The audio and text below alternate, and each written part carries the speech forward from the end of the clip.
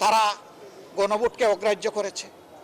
তারা বাংলাদেশ ব্যাংকের গভর্নর পরিবর্তন করে অত্যন্ত দুর্বল বিতর্কিত একজন মানুষকে সেই সম্মানজনক জায়গায়, আমানতের জায়গায় বসিয়েছে। স্থানীয় সরকার নির্বাচনে মেকানিজম করে জামায়াতের প্রার্থীদের হারানো হতে পারে, এমন শঙ্কা প্রকাশ করেছেন বিরোধী দলীয় নেতা ও দলটির আমির ডাক্তার শফিকুর রহমান। রংপুরে সাংবাদিকদের তিনি বলেন, দেশের ৭০% মানুষ গণভোটের পক্ষে রায় দিলেও সরকার তা অগ্রাহ্য করছে।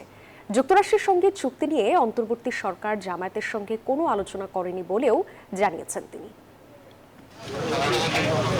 একদিনের সফরে রংপুরে একাধিক কর্মসূচিতে অংশ নেন জাতীয় সংসদের বিরোধী দলীয় নেতা ও জামায়াত আমির ডাক্তার শফিকুর রহমান। বিকেলে গণমাধ্যমের সাথে কথা বলেন তিনি। জানান, আমেরিকার সাথে বাণিজ্য চুক্তি নিয়ে জামায়াতের সাথে কোনো কথা বলেননি অন্তর্বর্তী সরকার। দেশের ৭০% মানুষ গণভোটের পক্ষে রায় দিলেও বিএনপি সরকার তা আমলে নিচ্ছে না। সব মশার বিরুদ্ধে সুরক্ষা দিতে এলো বসুন্ধরা এক্সট্রিম অ্যারোসল, মশার বিরুদ্ধে এক্সট্রিম সুরক্ষা। তারা গণভোটকে অগ্রাহ্য করেছে। তারা বাংলাদেশ ব্যাংকের গভর্নর পরিবর্তন করে অত্যন্ত দুর্বল বিতর্কিত একজন মানুষকে সেই সম্মানজনক জায়গায়, আমানতের জায়গায় বসিয়েছে। আপনারা দেখেছেন যে ৪২টা জেলায় তারা প্রশাসক নিয়োগ দিয়ে বসেছে।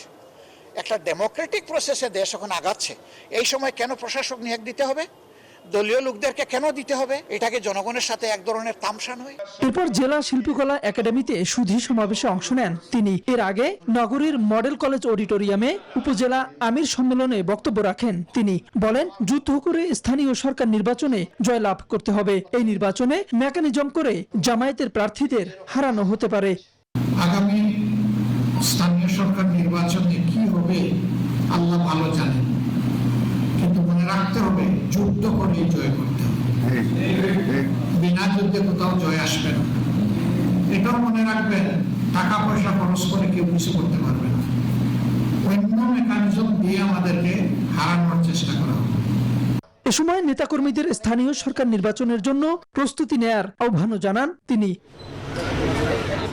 Desk report, news 24।